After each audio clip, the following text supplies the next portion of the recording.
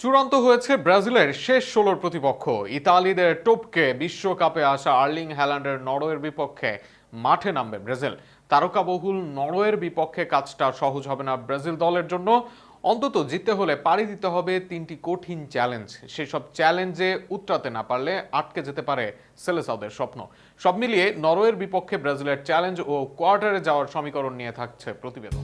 নিজেরা শেষ ১৬তে চলে গিয়েছিল আগেই, এবার তাদের সাথে যোগ দিল ইউরোপের দল নরওয়ে। আফ্রিকান দল আইভরি কোস্টকে ২-১ গোলে হারিয়ে নকআউটের টিকিট পায় আর্লিং হল্যান্ডের নরওয়ে। দলে আছেন হল্যান্ড, ওডিগার্ড, শার্লট, নুসা, আজের, বব সহ একাধিক বড় বড় তারকা, যারা বড় দলেরও বড় স্টার নামে খ্যাত। তাদের বিপক্ষে জয় পেতে তাই ব্রাজিলের চ্যালেঞ্জ থাকবে নিশ্চিতভাবেই। সেখানেই ৩ চ্যালেঞ্জ বদলে দিতে পারে এই ম্যাচের চিত্র।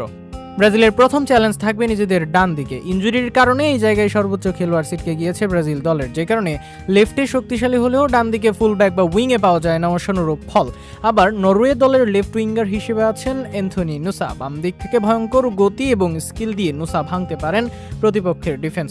সেই ক্ষেত্রে ব্রাজিলের উইক লিঙ্ক দানিলুর দিকে আঘাত করতে চাইবেন নুসা, গত ম্যাচের মতো যেখান থেকে গোল করতে চাইবেন নরওয়ে। তাই সতর্ক থাকতে হবে ব্রাজিলকে, নুসাকে করতে হবে প্রতিরোধ। ব্রাজিলের দ্বিতীয় চ্যালেঞ্জ থাকবে এরিয়ালে। নরওয়ের আক্রমণ ভাগে ২ জন বিশ্বকাপের স্ট্রাইকার রয়েছে, তাদেরকে দিয়ে সুযোগ কাজে লাগাতে চাইবে দলটি। সেই ক্ষেত্রে সবচেয়ে বড় অস্ত্র হতে পারে এরিয়ালে ব্যবহার করা, কেননা শার্লট ও হল্যান্ডের উচ্চতা ও ফিজিক্যালিটি ভালো হওয়ায় এরিয়ালে পৌঁছানো সহজ হবে না তাদের কাছে।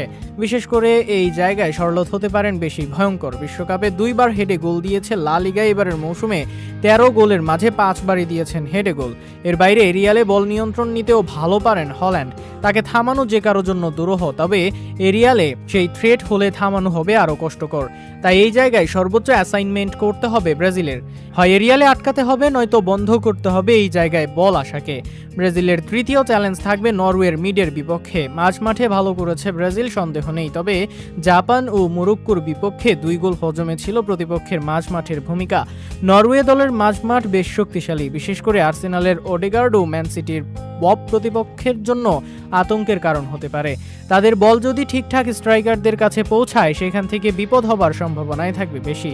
তাই মিড ব্লক করতে হবে ব্রাজিল দলকে। সেক্ষেত্রে পাকুয়েতার ইনজুরিতে একাদশ নির্বাচনেও এই বিষয়কে দিতে হবে প্রাধান্য। সব মিলিয়ে এই ৩ দিনে প্রধান চ্যালেঞ্জ থাকবে সেলেসাও দলের। এই চ্যালেঞ্জ সামলে আগামী ৬ তারিখ জয় পায় কিনা তারা, সেটি এখন দেখার বিষয়।